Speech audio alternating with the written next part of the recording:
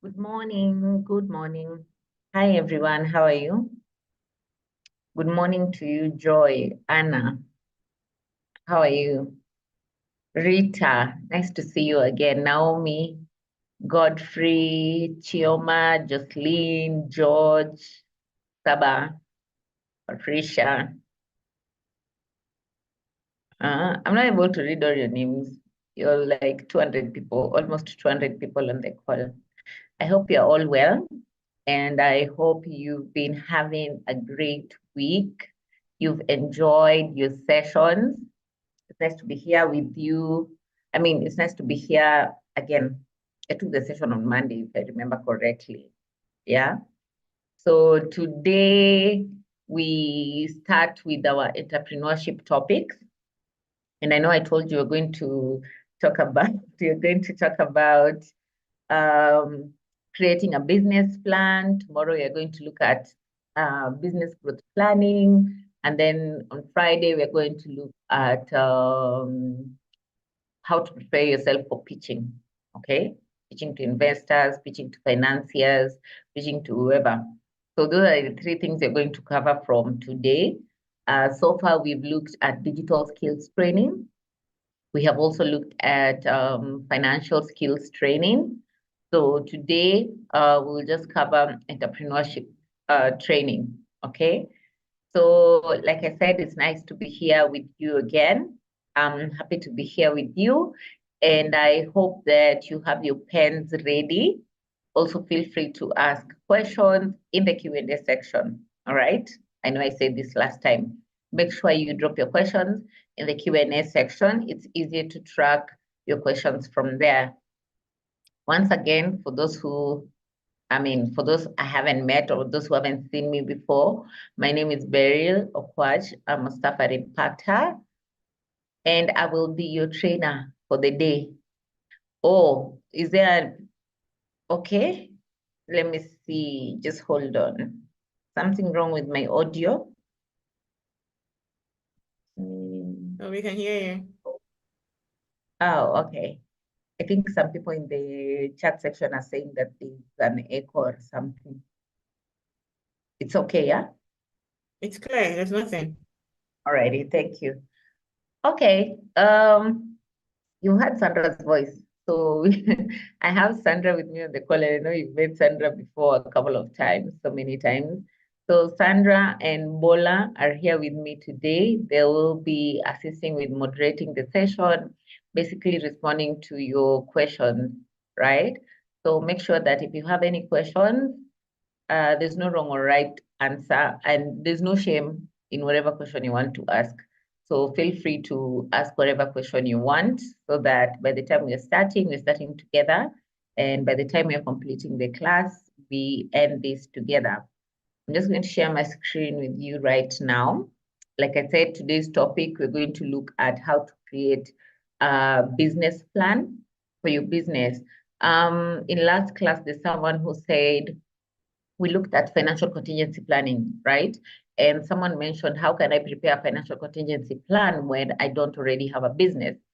So probably, like I said, financial contingency planning is relative to different businesses, right?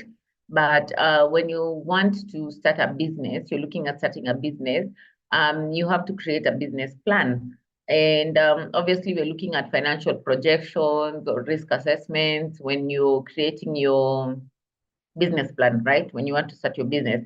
And those are the things that we're going to cover in today's class, right? Really see one question in the Q&A. Okay, so what we are going to cover today is creating a business plan. So we're going to look at the definition of what exactly is a business plan, all right? Why is it important to your business? Why is it important to have a business plan? Why can't you just wake up and, open your business and that's it? Because you already have the business idea, okay? So we're going to look at why the plan is important. What are the elements of a business plan? You want to start with creating your own business plan. What are the things that you need to look at? Okay. Then you're going to look at a case study, just real life example of situations that would prompt you to create a business plan and then just do a wrap up basically. All right.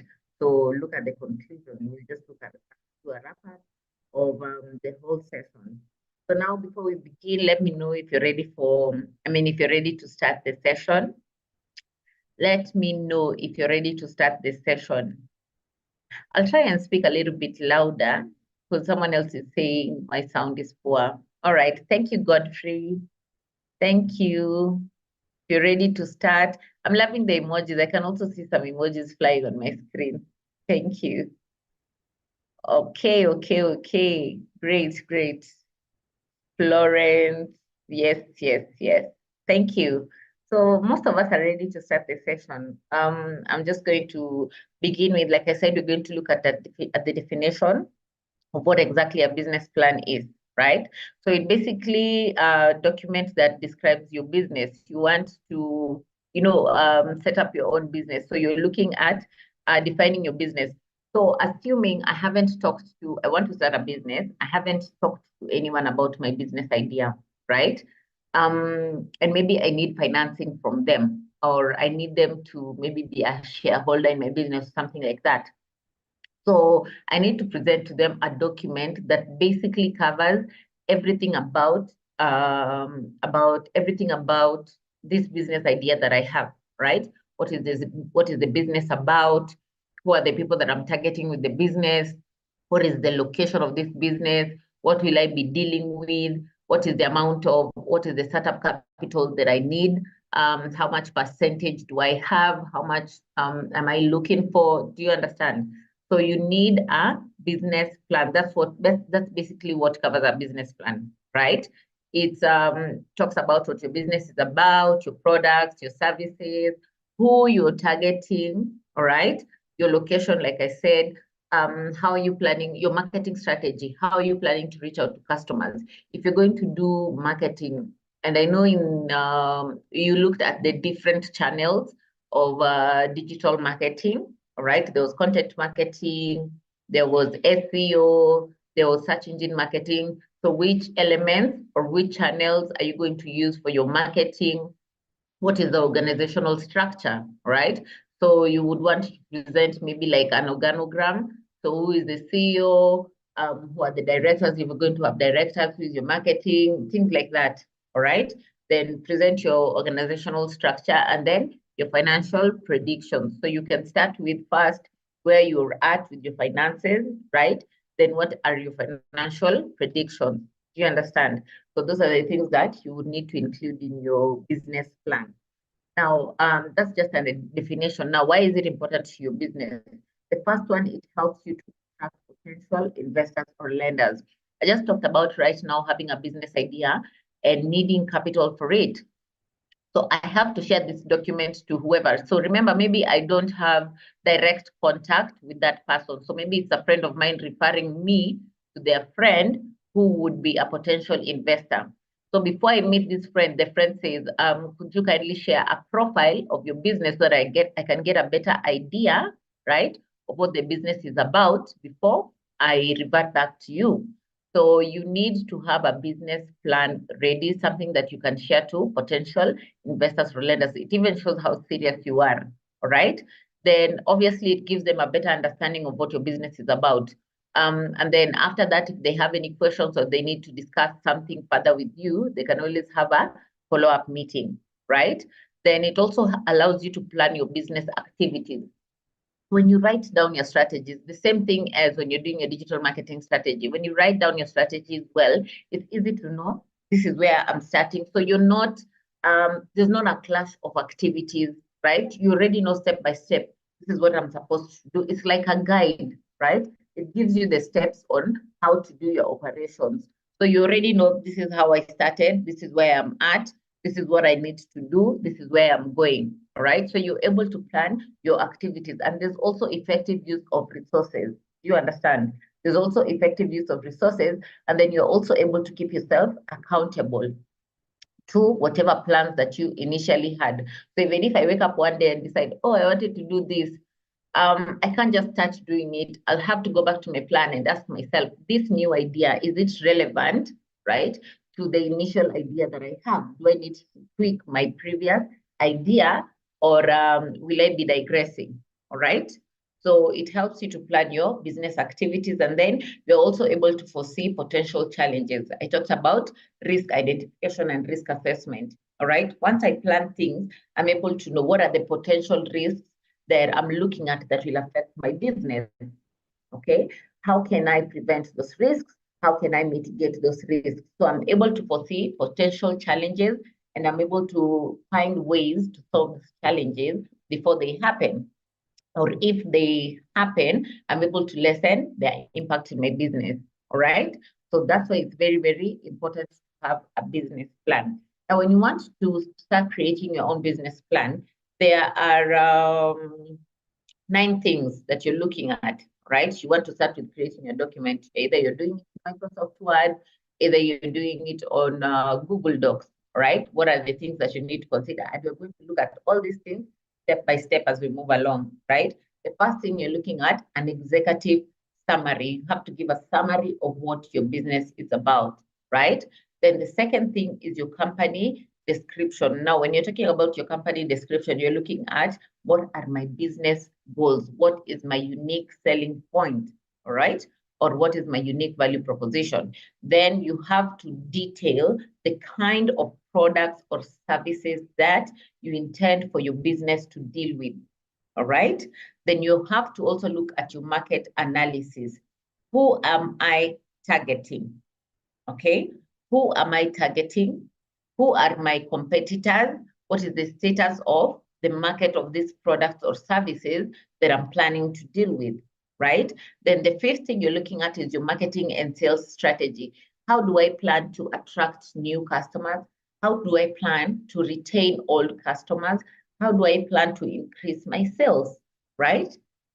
I've also talked about the organizational structure. So you're looking at presenting an organogram of how your business is run, will be run, right? Are you the marketer? Are you the financial manager? Are you the HR? So you need to outline the different roles and how they report to each other, all right? So you need to have an organizational structure. Then there's also the financial projections. So this is where I'm at with my finances. This is the amount of money that I have to start, right? Maybe I need like $10,000 to start this business, all right? I already have $3,000, okay? So I have $3,000, right? But remember, when you're looking at potential investors or lenders, you have to give them, you have to show them that this business has the potential to grow in 1 year, in 2 years, in 3 years, right? So you have to show your projections. Now, when you're looking at financial projections, there are different tools. Okay, I'm trying to remember one of the tools. There are different tools that you can use for your financial projections. All right. Sorry, I'm just trying to remember one of the apps that you can use for financial projections. I think I'll remember as we move along. I'm going to let you know. There are different apps that you can use for your financial projections, right? So it's not like you just sitting down and deciding, oh, this business will make $50,000 by end of next year. You don't just sit down and write those figures from assumptions. All right. Then now, when you're coming up with your financial projections, remember you've also looked when you're doing your market analysis, you also looked at your competitors. All right. You looked at where they started, where they're at. So you've done your research. Okay, you've looked at the purchasing power of your audience. All right, you've looked at your potential to expand. Do you understand? So you already know that in 1, 2, or 3 years, this is the percentage of projections that I'm looking at. This is the percentage growth of income or profit that I'm looking at. All right. So it is just to entice or give statistics, because remember, this is that you're giving factual figures to your potential lenders and investors. All right. Then you're looking at, okay, I have $3,000. I need $7,000. So now you present your funding request. All right. Then you also need to put in the appendix. All right. The appendix, you can put additional documents like, for example, if you're already a registered business, where is your certificate of incorporation? Do you understand? Do you have a business license. So those are the things that you need to include in your appendix, just additional documents, right? Are we together up to that point? Are we together up to that point? Right? So we are going to look at all these elements step by step, step by step. I was just giving an overview, right? So these are the elements that you need to look at when you're creating your own business plan, right? Thank you, Charlene. All righty. Thank you, Precious. Okay, good to know that we're together. Okay. Okay, so now we'll talk about the executive summary, all right? I told you this is a brief overview of your business, okay? So you're just basically talking about, this could be like either one paragraph or two paragraphs, all right? It's not something that's wordy. Remember, you don't want to include a lot of theories, a lot of words. People don't have time to read very wordy things, all right? So you're going to talk about Beryl's Organic Shop or Beryl's recycling shop deals with this and this. So basically give an overview of your business, all right? So talk about what your business deals with, what are your products, where are you located, all right? Your target audience, do you understand? So these are the things that you're looking at to include in your executive summary, all right? So you have to include your company statement. What is your company statement, all right? Very important to include your company statement when you're coming up with your executive summary, all right? Then you're also including your business mission. As a business, you need to have a mission and a vision, all right? You need to have a mission and a vision. If you go to most organizations' websites, right? Just hold on. Okay, hold on. Bola, do you mind muting yourself, please? Bola? Bola, please mute yourself. Why mute?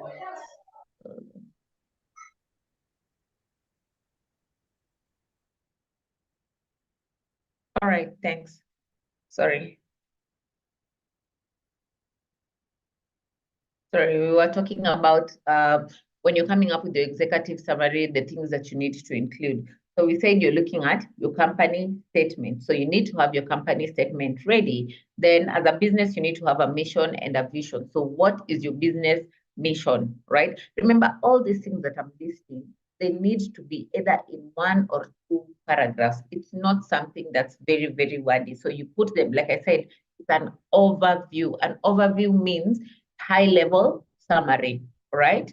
So that's why it's called a summary, right? Because you're not like digging into the details. The whole business plan will dive into each of the elements one by one, all right? Then what product or service are you dealing with, all right? Are you dealing with, you know, if you're in fashion, if you're in manufacturing, you're doing food processing, what exactly are you, I mean, are you dealing with natural honey, things like that, right? So what is your product or service? You have to describe this to the T. Who is your target market, right? Who are you looking at targeting, right, with your business? Then what are your company details and achievements? This company was started in 2017, all right? We've been able to grow, you know, if it's from 5 staff to 20 staff, we've been able to grow from this amount of money from the first year to this amount of money to this current year, right? So your company details and achievements, then the financial highlights. I've just talked about the financial highlights right now. Then how much money do you need, right? How much money do you need, all right? What is your investment need? And then, yeah, those are the things that you basically need to include in your executive summary. So now, in this executive summary, someone already knows this is what this business deals with. This is their product, this is their service, this is the money that they have, this is the money that they're looking at. Even before looking at the whole document, they already know what it's about. Now, when you read through, you know, if it is set books or novels, right? If you're an avid reader, you'll see that even before I mean, when you look at the covers of the book, either at the first page or on the cover of the page, there's usually a synopsis, all right? So the synopsis basically gives a summary of what the novel is about. So you'll find that before you even read the novel, you already know kind of the content of the novel. So that's more or less what you need to present for your business plan, all right? So more or less like a synopsis of what the whole document includes, all right? So let's look at examples of a good and bad business summary. So let's read this, all right? So there's Healthy Bites. This is an example. This is a good executive summary. Healthy Bites is a startup offering locally sourced organic meal kits in Lagos, all right? Our mission, remember we talked about the mission. Our mission is to simplify healthy eating by delivering fresh, nutritious ingredients with easy-to-follow recipes. We've identified a growing demand among city dwellers who value nutrition but are pressed for time. So this one, we already have the company statement. We have the mission. We have the products that they're dealing with. We have the target market. In one paragraph, all right? Our experienced team, led by 2 accomplished chefs, right? So we are looking at accomplishments of the business, right? Ensures quality of your meals with a projected 40% increase in revenue in our second year, all right? They're talking about the financial projections. We seek, so what is the investment need? We seek $100,000 in funding to expand our delivery radius and double our customer base. So also the need, the investment need, this is the money and why we need the money. Do you understand? So this is just an example of a good executive summary. Like I said, it's not something that has to be extremely wordy. Now let's also look at an example of a bad executive summary, all right? The first thing, this one is just saying, we sell meal kits, our food is healthy and we source it from nearby. But in the city are our customers, our team is good, we want more money to do business. Now, just tell me in the chat section, what do you think is good in the first example, and what do you think is bad in this second example? Let me know in the chat section. What do you think is good in the, looking at what we talked about, what you need to include in your executive business summary. Do you think the first one covered it, all right? And why? You also have to give me reasons. And why do you think the second one is bad? Why do you think the second one is bad? So let me know. We sell meal kits.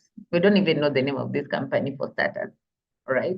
The second one is not detailed. There's no mission. Thank you so much, Junwa. The bad examples sound very entitled, okay?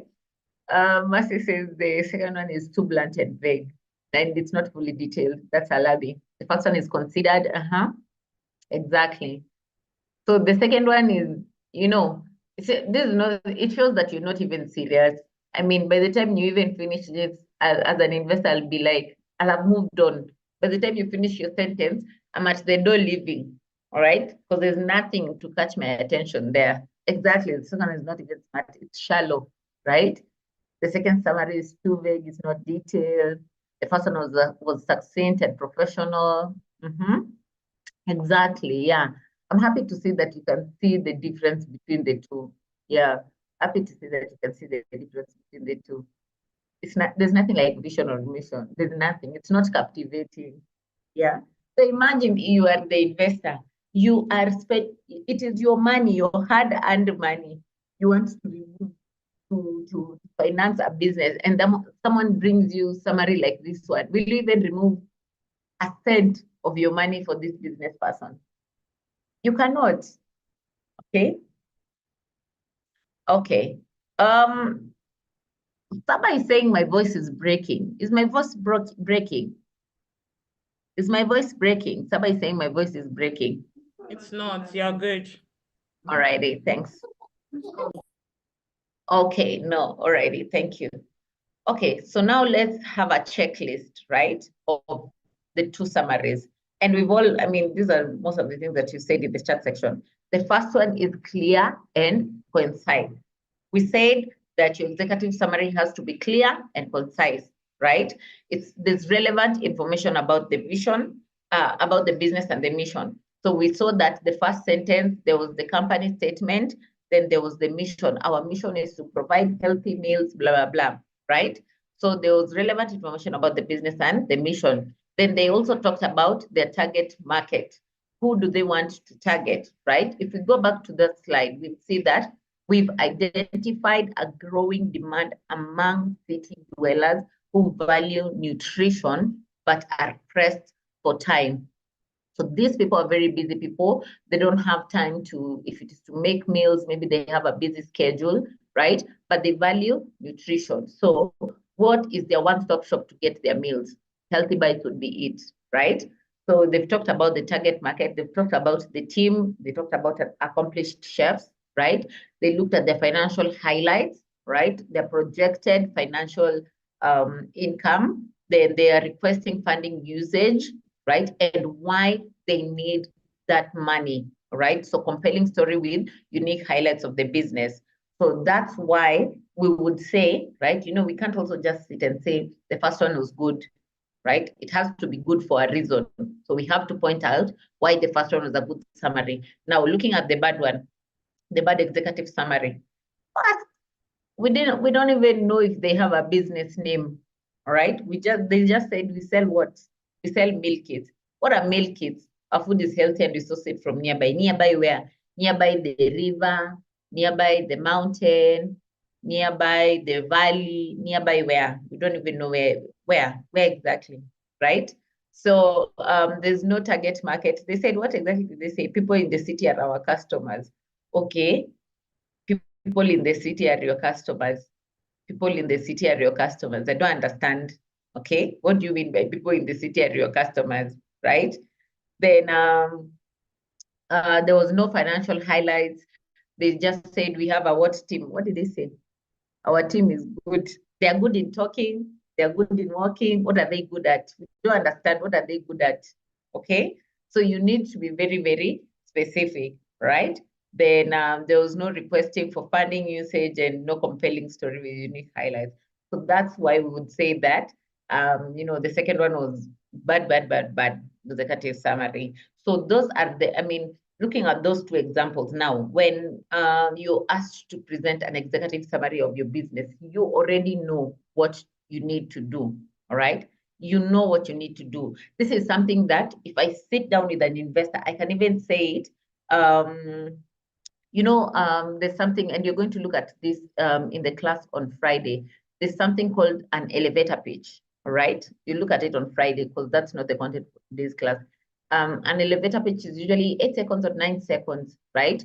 So imagine you've gotten into an elevator, all right? We'd say if it is tram or if it is Dangote, all right? So instead of just smiling at the man, you decide, you know what, this man has the potential to fund my business. How do I tell him before we get to the 5th floor or 6th floor, all right?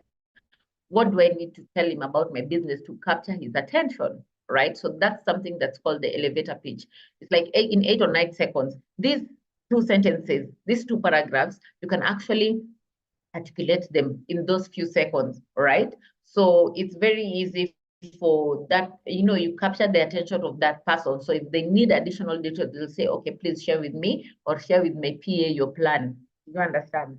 So that's why it's important to have in your head an idea of what your executive summary is and to always have it ready, all right? Now, the second thing we looked at when you're creating your business plan was the company description, all right? Now, this is where you indicate your company goals, which should be SMART.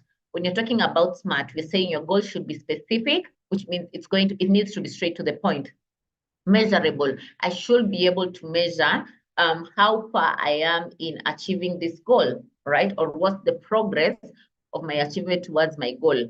Then it needs to be achievable. So when you're talking about achievable, it also just takes you back to understanding your market, all right? Takes you back to your market analysis because you're looking at your market, you're looking at the demand, you're looking at the expenses you're covering in your raw materials, you're looking at the purchasing power of your audience, all right? So that I know if I set this goal, it's actually something that's doable. I'm not shooting myself in the foot, right? I'm not reaching for the stars, all right, or overreaching, basically. So they also need to be realistic, all right? You're looking at your competitors, you're looking at, you know, how they've been making sales.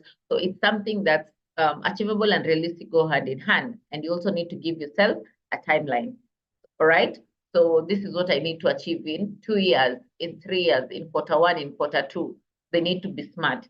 So in your company description, you need to include your company goal, and then you also need to indicate what makes you unique, right? Because so many people will be dealing with the same kind of products or services that you're dealing with, right? What makes you stand out? What is your unique selling point? What is your unique value proposition?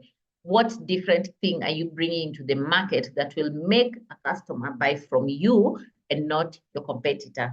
Do you get? So that's what you need to include in your company description, right? So assuming you're dealing maybe with furniture, right? You're dealing with furniture. I mean, there's so many people selling nice furniture here and there. Even if I leave my house right now, I'll find very, very good furniture, right? From many people. But now, which of them will make me buy from them and leave the other one, right? So maybe what makes you different would be we are an eco-friendly furniture store that makes our furniture from recycled materials or from bamboo. Do you understand? So you are for environmental protection, you are for sustainability, all right? So we are a green business, right? Obviously, that one you've already sparked the interest of eco-friendly people, right? So you offer furniture, bespoke furniture, very good furniture, but what sets you apart from the others is ours are made from bamboo or from recycled materials. So we are not using timber, all right, that would lead to degradation of the environment. So we are a sustainable business, right? So right now, even we have a lot of people shifting to the green economy. We have a lot of people shifting to the green economy. Yesterday's class, you looked at financing green businesses, right? And I've just given you an idea of a green business right now. So please send me money for that business idea that I'm charging for consultancy. All right. So that's an example basically of your company description. Now, the other thing is you need to detail your products and service in detail. All right. You need to detail your products or service. These are what we are dealing with. All right. List them. All right. Describe your offerings. Provide detailed descriptions of each product or service you offer. Product X, product Y, product Z, right?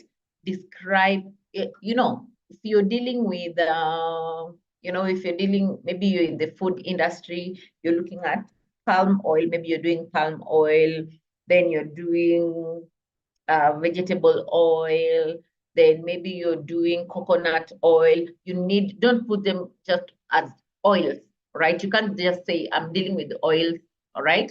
So you need to separate and describe them separately, all right? Then highlight your unique value propositions. So this also goes back to understanding your company description, right? So highlight your unique value propositions, right? So are your raw materials locally sourced, right? Because that would also show that you are promoting, people around your community, people in your community, right? So that's why you'll find that most people will say our products or our food are locally sourced, our raw materials are locally sourced. It just shows that you're also for promoting the community in which you're in, all right? So highlight also your USP, right? Your USP is still your UVP, unique selling point, unique value proposition, okay? Do I have any question up to that point before we proceed? So we've only looked at 3 elements, all right? We've looked at the executive summary, we looked at your company description, we've looked at your product or audience, right? So we should be moving on to the different elements, all right? Are we good? You can give me a thumbs up if we are good. All right, we are clear. We are clear, we are clear. Okay, Justina, if I'm starting my business today, how do I estimate about a need in future? All right, we're going to look at the financial projections later on in the class, right? So I'm not going to answer that right now because it's something that we're going to cover later on. Sir is asking, elevator pitch, isn't it the same as an elevator speech as used in professional networking?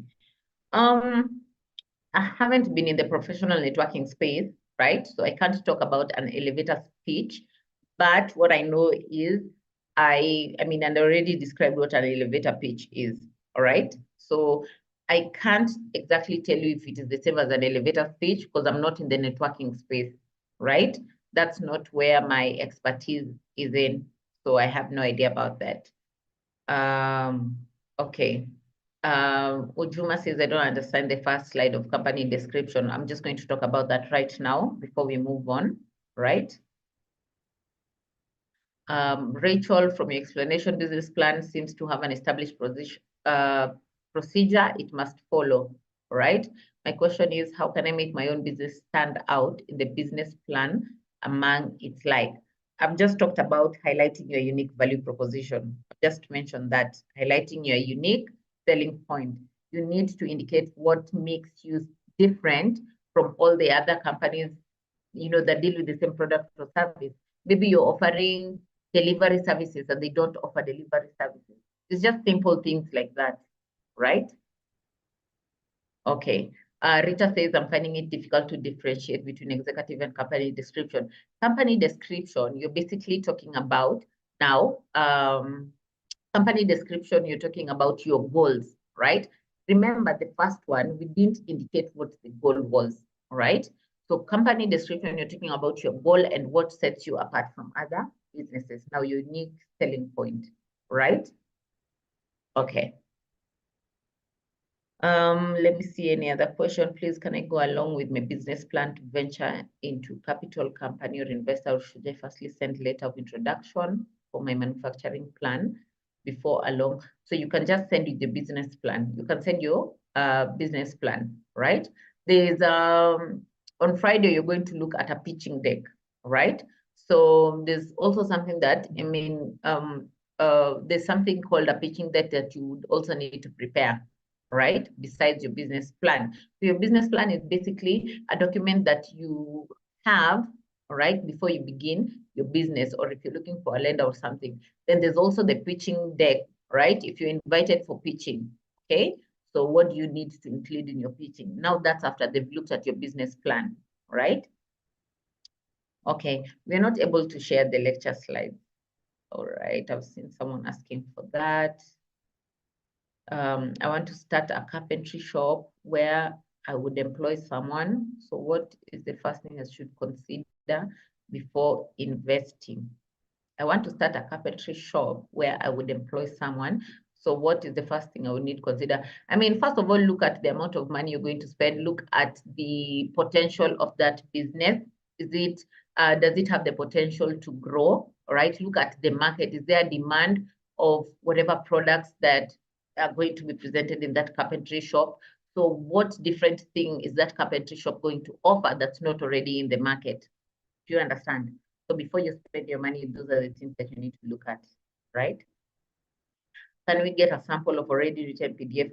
So there's no sample that we can share with you of an already done PDF. But what we will do after this class, we'll share with you a template of a business plan, all right? We'll share with you the same way, we shared the digital marketing strategy template. We'll share with you a template that you can sit down and work with for your own business plan, right? For your own business plan. Do you understand? Okay, Justina says, is there a difference between goals and objectives? Goals are usually long-term, right? Goals are usually long-term. Objectives are broken down statements of your goal, right? So goals are usually long-term, and then objectives are broken down statements of your goal, right? Yeah. Okay, so I think I've answered most questions in the Q&A. My moderators will also assist with responding to some of them, all right?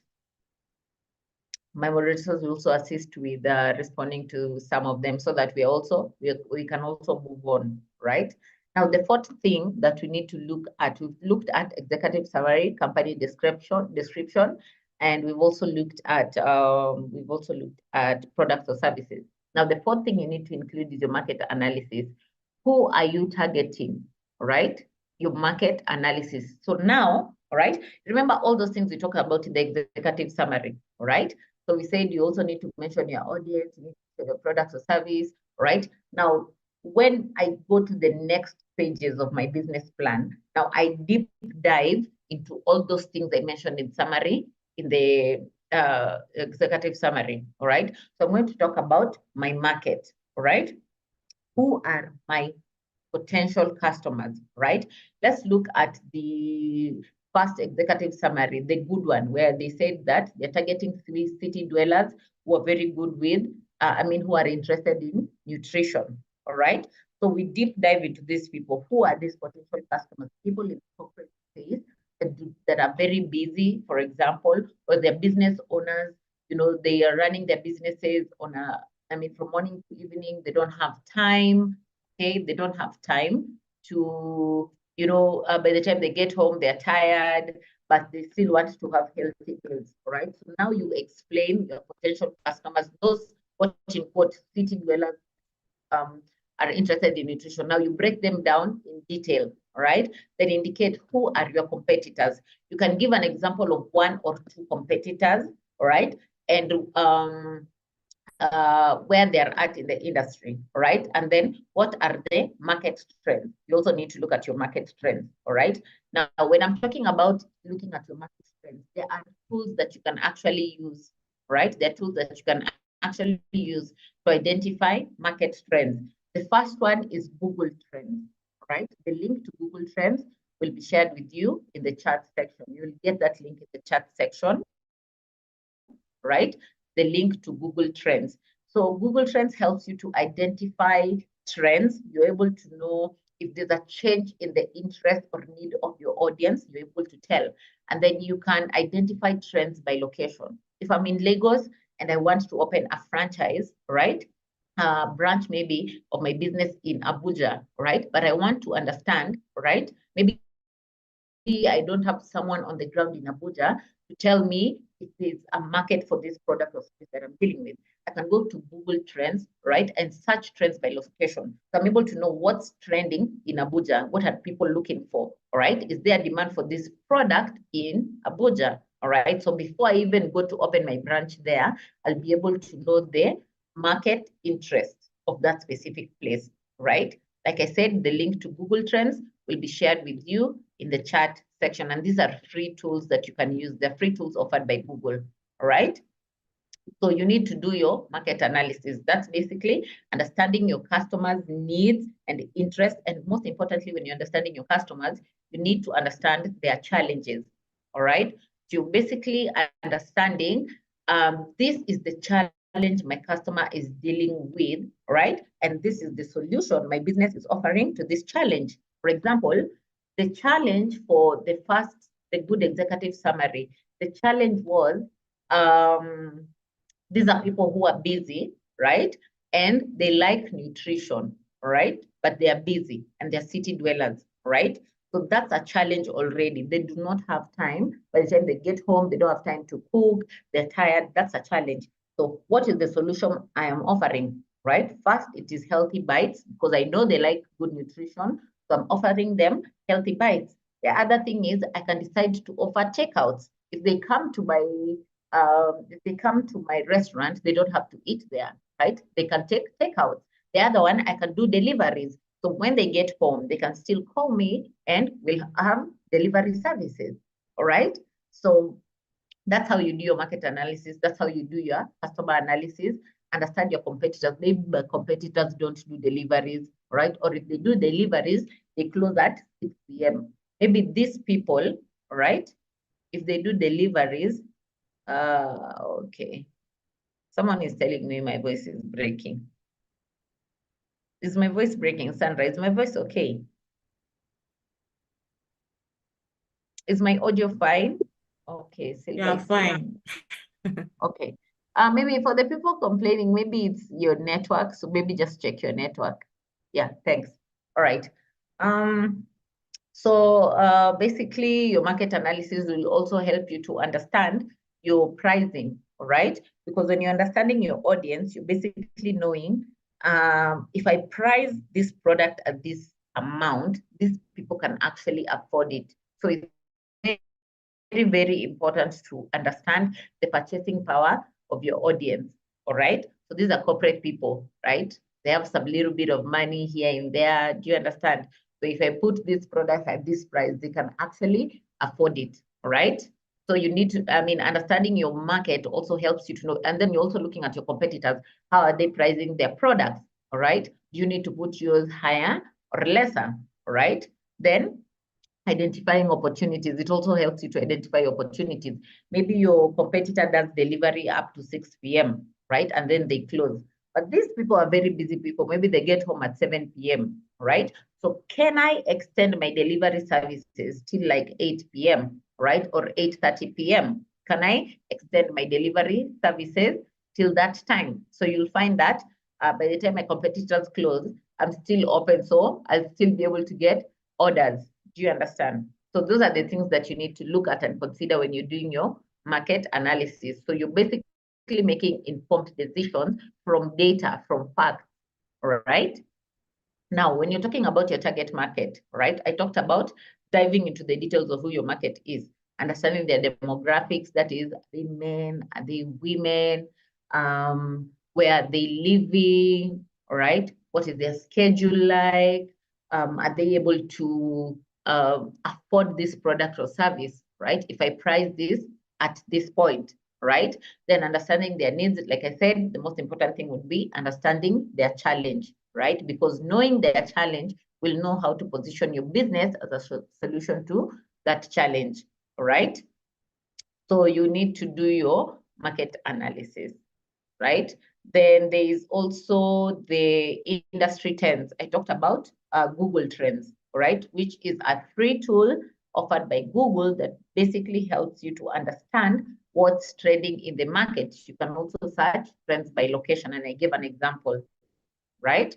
Then we also talked about your competitor analysis, understanding what your competitor is offering, their prices, what are they doing better, right? Why are they getting more clients than you? Is there something they're doing that you're not doing, right?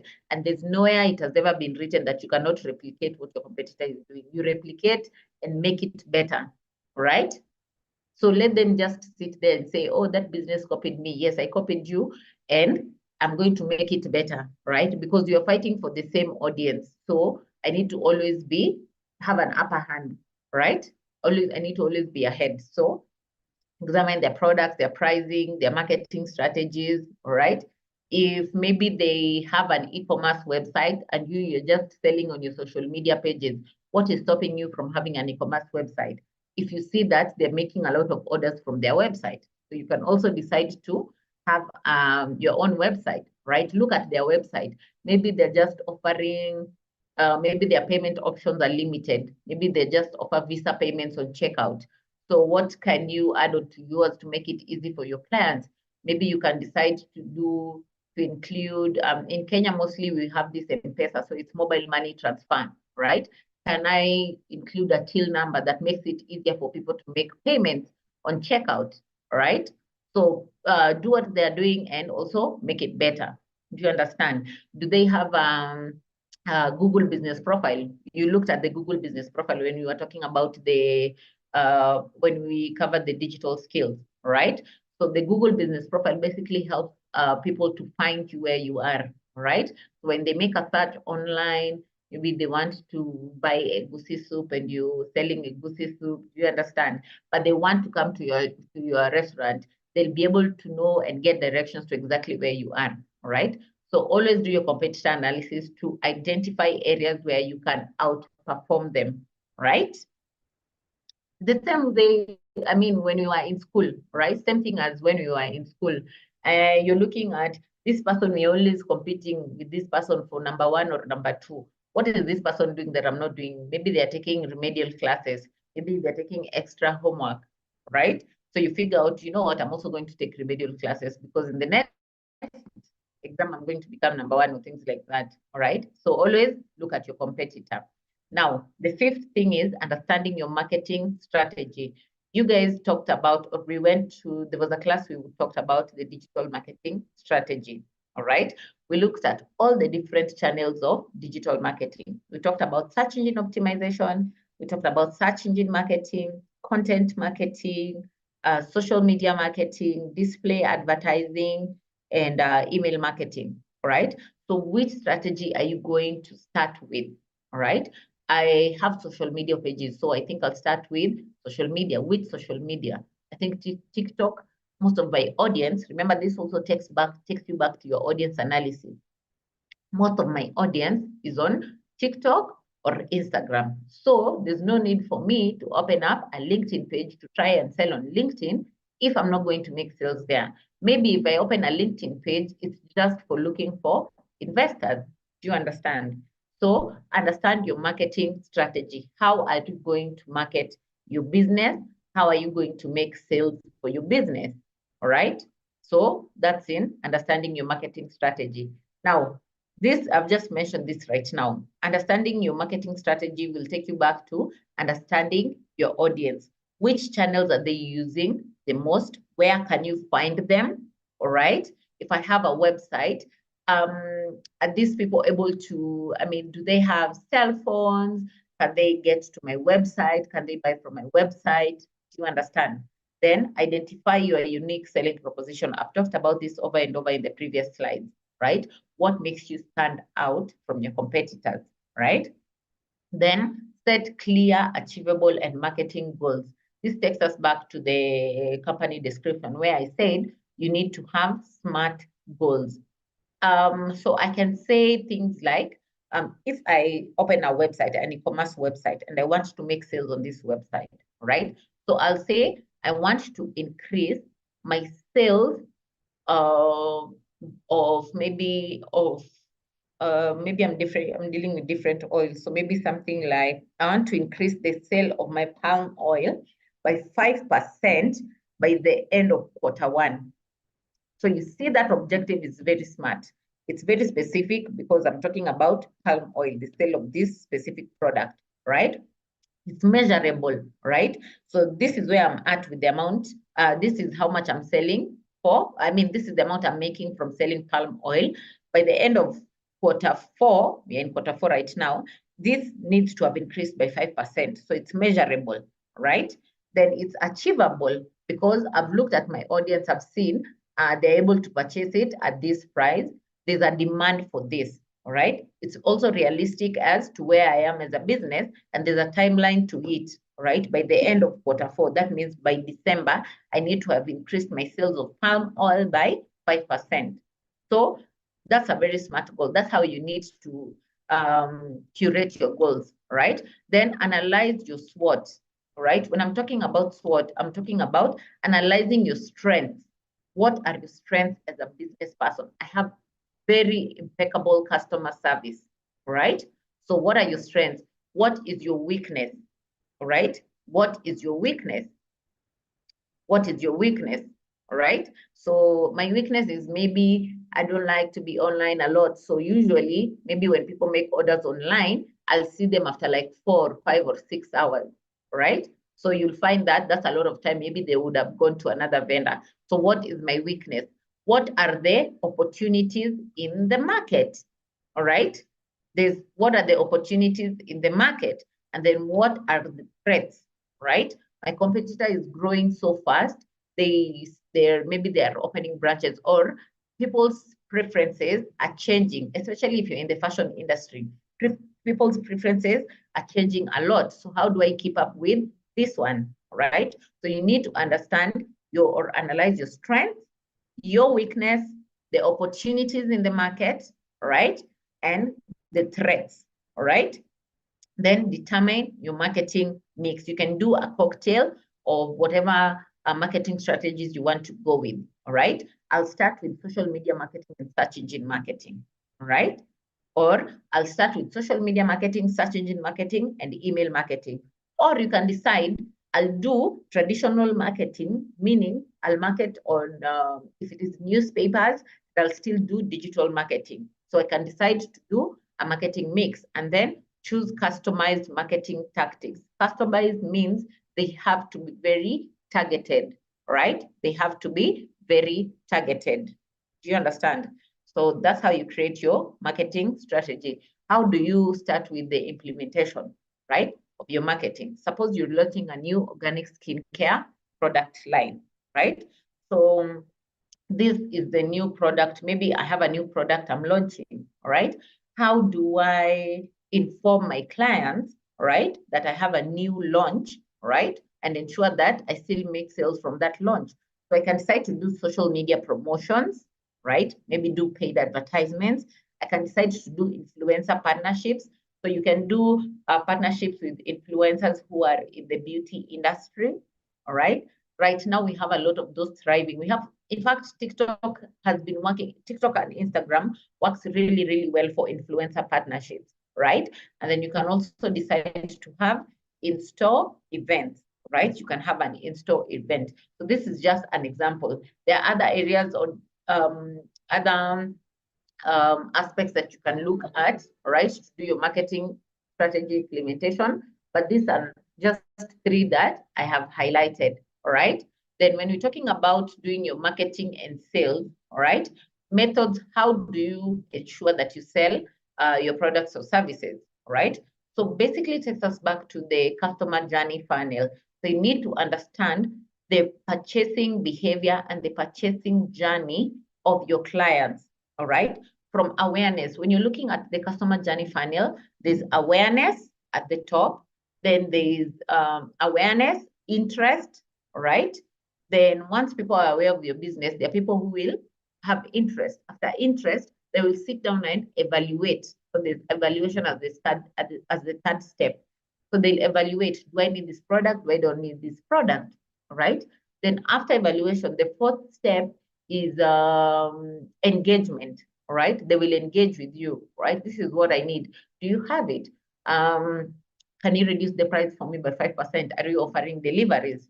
So there's engagement. And then the last one is conversion. Once they engage with you, maybe you can tell them, you know what, I'll give you a 3% discount. All right. And then if you refer someone else and you come back, I'm going to give you this amount of discount. All right. So understand your customers' buying process to know where to meet them, to know what challenges are they experiencing in their buying process, and how can I make it easier for them, all right? Then build customer relationships, right? Build customer relationships. It is, I mean, you'd be happy to make one sale. You'd be happy to make sales, right? But you don't want to be a culprit of one-off sales, meaning I don't want people to just buy from me once and then they leave. I want them to return, okay? So I need to have a relationship with them to ensure that they always come back. How can I have a relationship with them? I can decide to do loyalty program, right? I can decide to do customer loyalty program, right? So if you buy items worth maybe 10,000 Naira, I'm going to add you maybe something, right? I think I've seen that a lot with some of the stores here in Kenya. If you buy items worth this amount, you get this amount. I mean, you get a gift afterwards, right? Or if they refer 5 people, the next time they come, they can get like 10% discount, right? So build customer relationships and then increase sales value through upselling and cross-selling, all right? Once they buy from you, it's not the end of it. Maybe they bought an iPhone from you, okay? And you have phone accessories. Maybe you have phone covers, you have AirPods, you have headphones, right? You can always cross-sell to them. So tell them, oh, you bought this, and this you can do with email marketing. Email marketing is very good with remarketing, okay? So they bought phones from you and they went, fine. So you collected their information. You can send emails out to them, right? And tell them, you know what, right now, besides phones, we've also brought phone accessories, right? Then you do like a small picture or a small video for them to see the phone accessories. And then if they want to buy, this is where they need to order. Remember, you need to have a call to action, right? If they want to buy, then this is how they order, right? And then you can also upsell. We have a lot of shops right now, especially the ones doing mobile phones. There's this something, what is it normally called? Trading. Is it trading? Yeah. So maybe I bought an iPhone 13, right? And I want to upgrade, okay? So I can always just go trade in my iPhone 13, right? Add a little bit of money and get the newest version of iPhone, right? So it's not like I have to dispose this other one and go and buy this other one, right? So you're still able to get sales. And then once, for the ones that they return, you can always refurbish them, right? Because right now we have a lot of people doing refurbished phones, refurbished laptops, ensuring that you're still maintaining quality, right? Then you still be able to sell that refurbished phone, right? So you need to also look at ways to increase your sales value through upselling and cross-selling, all right? Okay, all right. So also outlining your growth strategy. Remember, all these things you're talking about falls under your marketing strategy, all right? So we are still talking about the marketing strategy, all right? So outlining your growth strategy. How do you plan to grow, all right? How are you planning to grow? So you're looking at your SWOT, right? What opportunities are there in the market for your business to grow, right? So identify growth opportunities, evaluate your financial and operational implications of growth. How much money, right, would you need to maybe start another branch of your business, right? How much money would it need to increase the space of your store, right? What are the financial implications of it? How much money would you need to increase the staff in your business, right? Then create a step-by-step plan. So what I'm going to do is, I think I'm going to start with adding 2 staff. I'll start with 1 staff, maybe who will be handling my social media, and then I'll start with another staff to be handling my customer service, all right? Then over time, all right, once I start to increase sales and retain more clients, I can expand my store or expand my products or services. So create a step-by-step plan. You can't bring, of course, we all want to grow exponentially very fast, but you can't sit down and want it to happen all at once. It has to be step-by-step, right? So once I bring in the marketing professional, and I bring in my customer service professional, all right? So I'll see that there's a change in how many customers I'm retaining. There's a change in how many customers I am acquiring, meaning I'm getting more and more sales. So over a couple of time, I can decide, okay, you know what? Maybe from these 2 staff, maybe can I increase the product that I'm offering, all right? Can I expand my store? Okay, then I've made really good money in the past 2 years, and I want my business to grow. I don't just want to be in the same place. So can I open another branch in another city? All right. So it's step by step, step by step. Do you understand? That's why you need to document all these decisions that you're making. All right. Tomorrow, the class tomorrow is going to cover business growth planning, right? The class tomorrow is going to cover business growth planning. So you're going to look at what you need to look at, or what you need to consider step by step when you're planning your business growth, right? So that's a topic that's going to be covered in depth tomorrow, all right? Now, when you're coming up with your growth and strategy implementation plan, right? Let's look at this example. Suppose you own a successful artisan coffee shop in Nairobi. Your growth strategy is to expand your business by opening a second location in Mombasa. Mombasa is a different city in Kenya, right? Nairobi is one city in Kenya, then Mombasa is a different city in Kenya. Leveraging the city's demand for unique coffee shop experiences, right? The first one, you need to identify opportunities, meaning are people in Mombasa, all right? Do they like coffee? Is there a market for coffee there? All right. Mombasa is very good with tourism, all right, because it's in the coastal region. Obviously, with tourists and whatnot, they like good coffees, all right? So you're looking at identifying that opportunity, then develop a plan. How am I going to open up that shop? I can't just wake up and take a bus or a plane to Mombasa and look for a room to rent. And, I need to sit and decide, how do I start with opening, what's my plan in opening that shop? Because I would need staff, right? And even if I open the shop, I will need to be there for a couple of months to monitor the progress, right? Or do I have someone that I can trust to take there to monitor the progress for me? How much money do I need to purchase the equipment, all right, that would be needed? Do you understand? Then how do I start with the implementation, then monitoring and adjustment, right?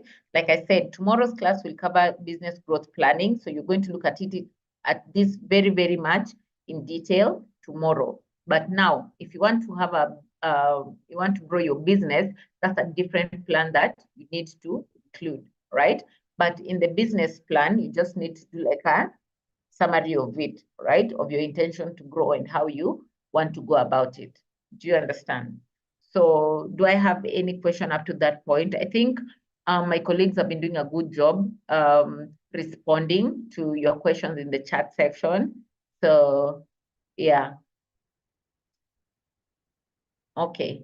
Any further questions? Could you provide guidance on how to conduct a comprehensive market analysis for a bakery business, right? When you're doing your market analysis, all right, there's something called the Google Market Finder, right? The link for the Google Market Finder will also be shared within the chat section. You want to identify a market for your product idea or whatever your business idea that you have, all right? You are first one to identify the market for that, all right? So you can use the Google Market Finder. The link will be shared with you, right? So use the Google Market Finder, all right, to figure out, is there a market for that product in that area that you want to open, right? Is there demand for that product? Then look at also Google Trends. I talked about Google Trends, right? What are people looking for, right? What are people searching for? You understand? Then you also need to look at competitors, right? If it is Valentine's Cake House, whatever competitors, right? How are they operating? All right, how are they operating? How are they making their sales? What are they doing? What are their marketing? Look at the people who are also buying from them. What are their price points? You understand? Then what are they offering? Right? Maybe they're just doing cakes.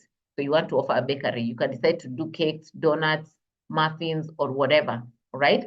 So look at the products that are being offered and figure out what different thing can you do.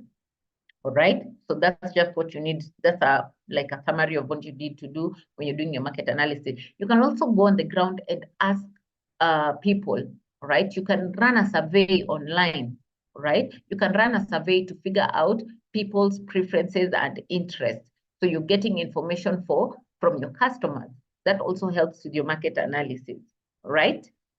So Shukrat, that's it. The business plan, is it also applicable to a non-profit setting? Now, when you're setting up your non-profit, all right, obviously there are things about non-profit. You're not setting up an institution that is for, you're not setting up an institution for profit, all right? So we would not call it business plan, all right? But you need to have a document in place of how you intend to run your, that's basically your company profile now, right? How do you intend to run your, to start or run your operations, right? So what you need to include is your non-profit, your target audience, your location, all right? Your offerings, you understand? So obviously the bit that would be different would be you're not doing this for money, all right? But you need to include where do you intend to get money to run your nonprofit? How is it going to be sustainable? Do you understand? So for a nonprofit, I would not term it as a business plan, but you need to have a profile, right? It's more or less includes all this information that is here, except the bit for future projections and yeah. Okay. We will share with you a business plan template. Okay. I think Modupe have already also answered to that. Okay. Okay, thank you. I was offered a partnership in the guest house business. The guest house has a kitchen, bar house, and restroom. I was offered to manage it for a period of 2 years. So my question is, what do you think should be my business plan? And please shed more on it. I was offered a partnership in a guest house business. So you went on board as a partner, right? Okay, the guest house has a kitchen, a bar house, and a restroom. I was offered to manage it for a period of 2 years. So were you a partner or you were just managing it, Emmanuel? Now my question is, what do you think in a business plan? And please shed more on it. I don't understand. So do you need to identify a business? Do you need a business plan for a new business, or do you need a business growth plan to expand the current business? You need to understand that. The template will be shared within the WhatsApp group. Okay. Okay, so Emmanuel, you are offered to manage it. Okay. A business plan. Right. So I think depending on, okay, you are managing the business, all right? You want to grow the business at some point, all right? Or you want to look for money for the business. So it's basically all these things that we've talked about, all right? Indicate if you're looking for money if you're looking for an investor, all right, to help you, it's fine that exactly. If you're looking for an investor to help you manage or to help you to grow that business, then you need a business growth plan, right? Now you don't need a business plan, you need a business growth plan, all right? And you also need a pitching deck for your business, right? And you also need a pitching deck, okay? You would also need a pitching deck, all right?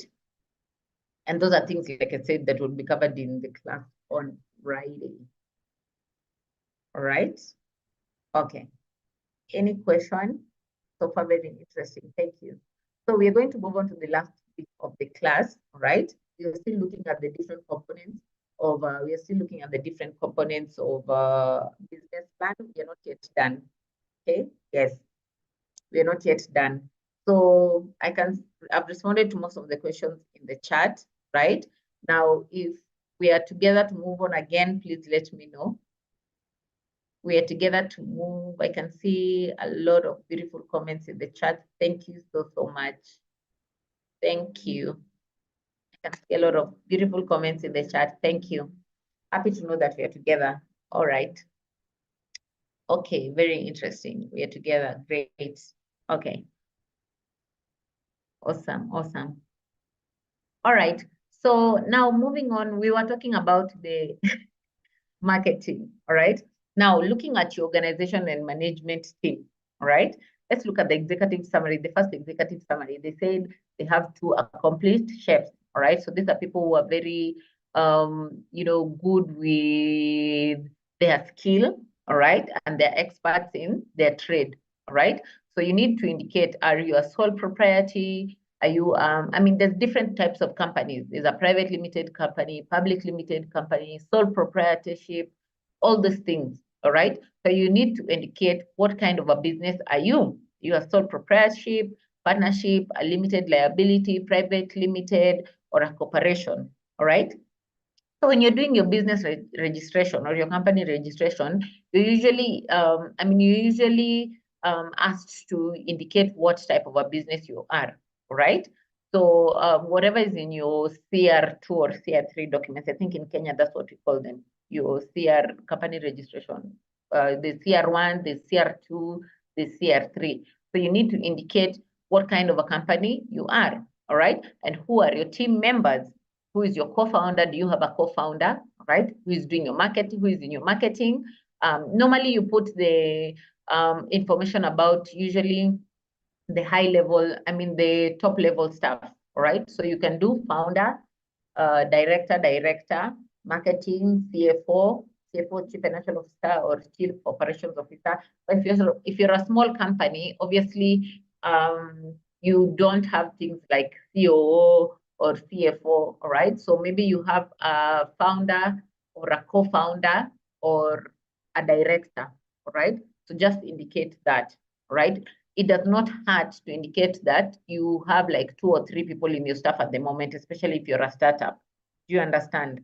So, but just make it clear that maybe you have 1 or 2 people assisting with running your business, right? So for example, here we can see Jane Doe, CEO with 10 years of experience in the cosmetics industry. Jane oversees the overall strategic direction of the company. Then we can have Sandra with 7 years of experience, or with whatever years of experience in the marketing industry. Sandra manages our marketing and customer experience. Do you understand? So you need to indicate who is in your team, okay? Because this person is going to give you money. You're looking for money, all right? You're looking for capital for your business. You're looking for a lender. They want to know, who else will I be dealing with in this team, all right? So you need to indicate who is in your organization, and your management team.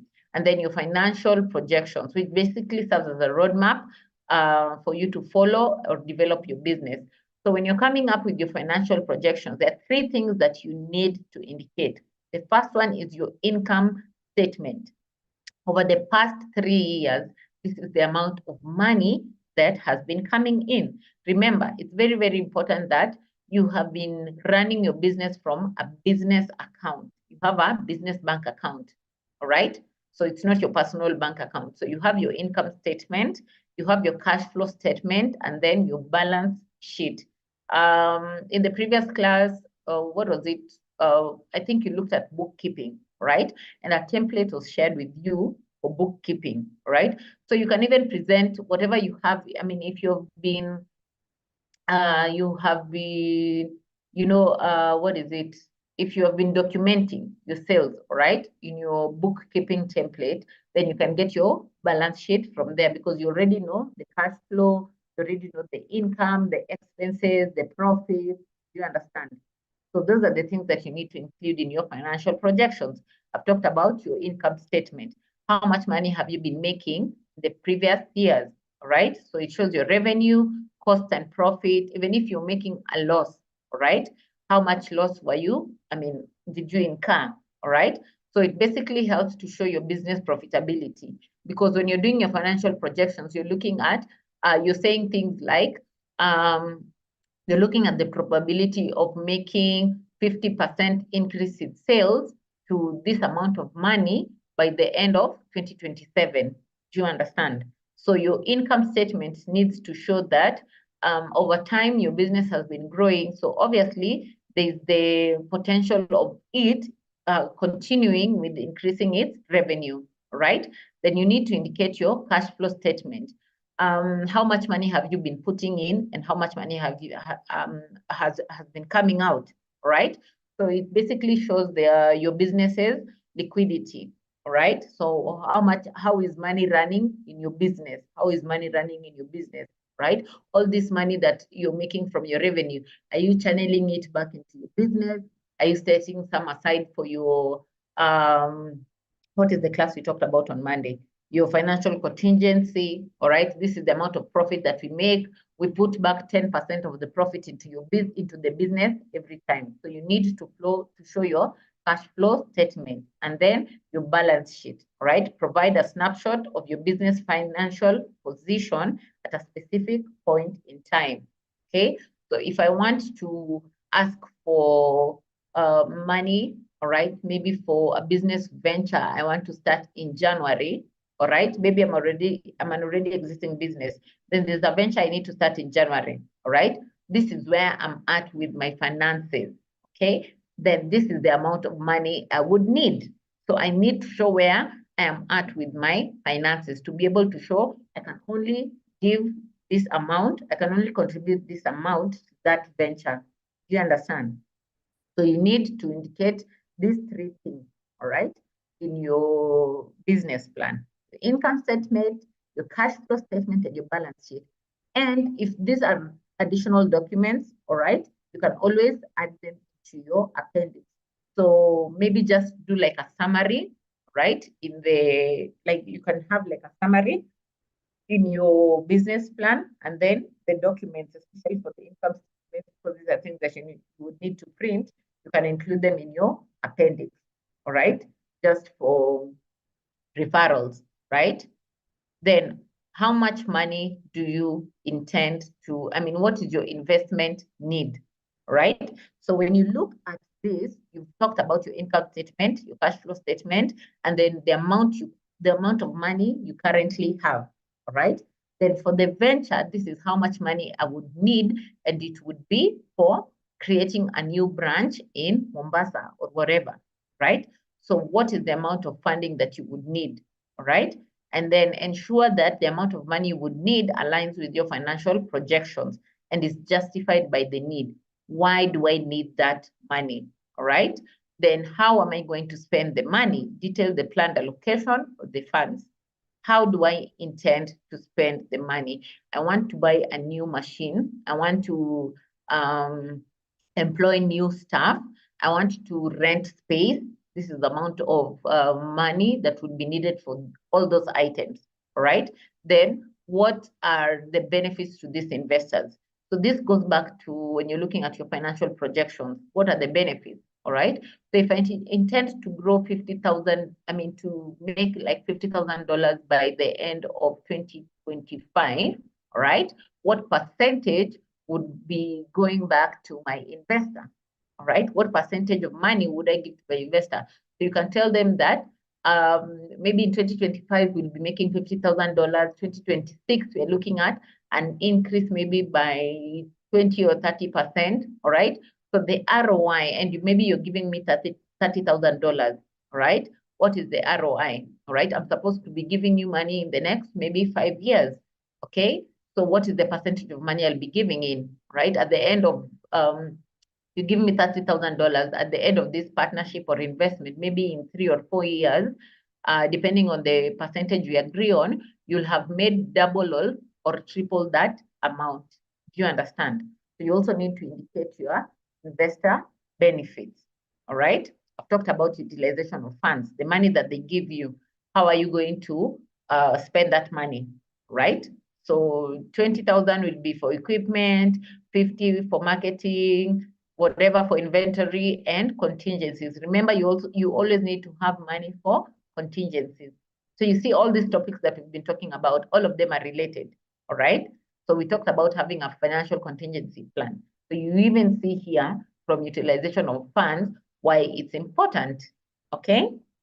And we said with financial contingency, you need to put like 5 to 10% of your income, right? What we said, right? Then from your appendix, these are basically additional documents. So you're looking at market study results, partnership agreements, if it is your income statement that you printed out, your patent certifications, licenses and permits, photos of products, you need to include all these things. So you said you're selling chebe butter or whatever. How are you packaging them? You want the investors to see how you're doing your packaging. So you can do photos and include them in your appendix. Do you understand?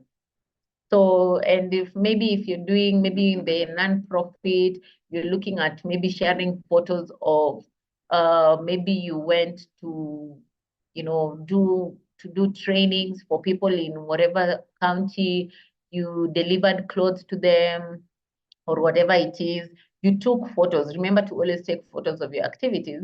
So these are things that you need to include in your appendix. Do you understand?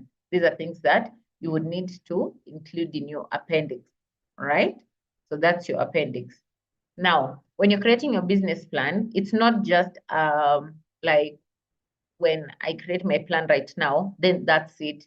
I'm never going to look at it. After 1 year or 2 years, I'll be like, oh, I had a business plan I created last year, but one. All right. The market changes, audience preference changes. Do you understand? My income that I made last year or mid this year is not the same. All right. So I always need to update my plan regularly. It's the same with your digital marketing plan. There's nothing cast on stone, right? So you need to be always doing periodic updates, all right, on your plan. So make sure to always do periodic updates, okay? Now, the last thing that we're going to look at basically is a case study, just to make it a little bit more practical, right? So a little bit more practical. So let's look at AfriCraft, for example. Susan is a skilled bead maker in Joburg, South Africa. Now, Susan wanted to share her passion and skills with the world through AfriCraft, a business selling handmade African craft items. Her target customers were both local patrons of art and international tourists interested in authentic African crafts. This is a case study, right? Now, what is the identified problem? All right. While Susan had the skills and idea, she faced several challenges. The first one, she did not know what to do to understand her market better. What are people looking for? What are the interests of people, right? Then she had trouble defining her marketing and sales strategy. She didn't know how to go about that, right? She did not have a business structure. She didn't know how to manage her financials. Maybe she was just using her personal account to run the business. So money was just coming in. She was using the money for running her household, not understanding, okay, where did money go? I need money to buy raw materials. I don't have money. So she had trouble managing her financials. Then she didn't know how to secure funding for her business or position herself adequately for funding. All right. Now, how do we help Susan to find a solution, right? So Susan began her journey by understanding her market. That's the first thing. So when she did her market analysis, she saw that locals from Nairobi are making up 60% of customer base, all right? So she saw that most of the locals are the ones who, sorry, so this Susan, let me go back. It says Susan is from Johannesburg, right? So this is not Nairobi. So we'll say locals from Johannesburg, right? I think there's a problem here. Someone wrote Nairobi. So locals from Johannesburg made up 60% of her customer base. So she already knew that 60% of her sales come from the locals, all right? And then 40% comes from international tourists, all right? Especially the ones coming from US and Europe, all right? So she already knows who our audience is. 60% are local, 40% are tourists. Now, she also has a problem with her marketing strategy, right? The first one, she figures out, okay, maybe I can utilize Instagram because I have 1,000 followers on my page. Can I start making my sales on Instagram? So how do I start making my sales? I can start creating, if it is videos of my, from when I start creating the products to the finished products, I can do videos. I can do also videos of customers who bought from me. They can give testimonials. I can also decide to do, just share images, have call to actions, right? So she decided to use Instagram, all right? She can also decide, maybe I can decide to open up TikTok or whatever, right? Then Susan also decides, all right, maybe I need to also attend at least 10 local art fairs and cultural festivals in Joburg, all right? Ignore the word Kenya. We said Susan's Africa is in Johannesburg, all right? So attend at least 10 local art fairs. There are a lot of art fairs, and we know tourists love these art things, right? So when I attend these art fairs, I'm able to see, right, what are people looking for in these art fairs? I'm able to look at my competitors. I'm able to look at different products. Maybe I'm not offering those products, but can I start offering those products? All right. So I can attend these art fairs to basically network. All right. And then form partnerships with 5 local boutique souvenir shops, right, in different cities. All right. So they can decide, Susan can decide, you know what? I can decide to, because I can't be in all these places at the same time. And I know maybe I don't know a lot of, maybe in Durban, okay, maybe we have a lot of, Durban is a city in South Africa, right? And Susan is based in Joburg. So maybe I can decide to form a partnership with curio shops in South Africa, right? Maybe in Durban, right? Because I can't be in 2 places at the same time.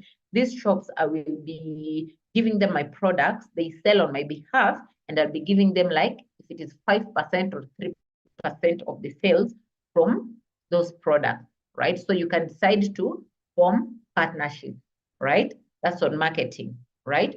Then Susan figures out also the other problem Susan had was managing her finances. So Susan attends the Impactor training, right? Susan gets the bookkeeping template. So Susan decides, I'm going to be using this template and my budgeting template, those 2 templates, budgeting and bookkeeping template. I'm going to use this template to manage my business finances, all right? So Susan is able to know, right? This is the amount of money I spend on raw materials. This is the amount of money I spend on transport, all right? And this is the amount of money I'm making a month, right? So you need to also understand the recurrent expenses. Recurrent expenses are expenses that, they're not one-off expenses. If you're paying rent, I'm paying rent per month. So that's something that I need to always include in my budget. all right? I'm paying electrical bills. I'm paying water bills. So these are recurrent expenses. How much would it cost me per month, all right? So that I know that if I get this amount of money or income, I need to deduct this amount of money to cover these expenses, all right? Then what is my projected increase? Looking at my market, what am I looking at? What is the percentage probability of my income growing to what percentage? Do you understand? So you need to include. Susan decides, you know what? Susan sets a clear, detailed financial plan, right? And then, you know, especially when you go to banks, they will ask you for your income statement. They will ask you for your bank statements. They'll ask for, you know, the cash flow so that they know how, you know, the liquidity of your business, all right?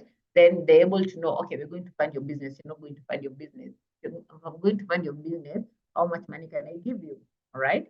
So Susan, maybe, you know, seeks for funding from a bank or a SACCO, right? You can also get loans from SACCOs, right? Or microfinance situation, microfinance institutions, right? So that's how Susan gets to solve her financial crisis, right? Then at the end of it, with a comprehensive roadmap in her business plan, Susan successfully launched AfriCraft.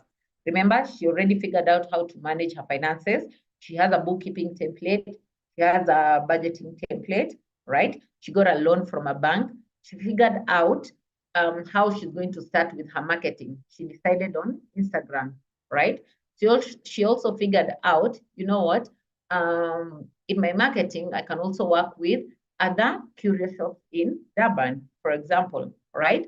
So she already knows her step-by-step plan of launching her business, right? So Susan gets to meet her projected revenue within the first year, right? She expanded her customer base. Okay, remember right now her customer base is not just located in Johannesburg. She worked with other shops in Durban or wherever, right? So she expanded her customer base, and then there was a 60-40 split between locals and tourists. Do you understand? So she already knows that as much as I'm locals, I also have an international market. So in fact, can I even start exporting? At that point, you sit down and ask yourself, can I even start exporting? All right? Because I already see that these people from US and Europe are my customers. Do you understand? So can I even start exporting to them so they don't have to come all the way to South Africa to buy from me? Do you understand? So Susan has a solution to her business and successfully launches a business. Now, what is the key takeaway, right?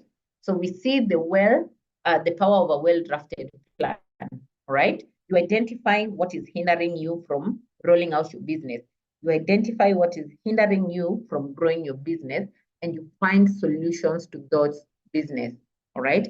You already have a plan. You already know this is my business, my product, my market study. These are my strengths, my weakness, my opportunities and threats, all right? This is the amount of money I have. This is the amount of money I'm looking for, all right? How do I roll this out? So you have everything detailed out. There's no confusion. You're not digressing at any point. You understand? So that's why it's important to have a business plan. This basically brings us to the end of our class. But before we wrap up the class, let me know what you think about everything that we've learned today. Let me know if you also have an additional question before we call it a day. I've responded to most of the questions. If you have an additional question, let me know. If you feel like Beryl has not been saying sensible things throughout the class, you can also let me know.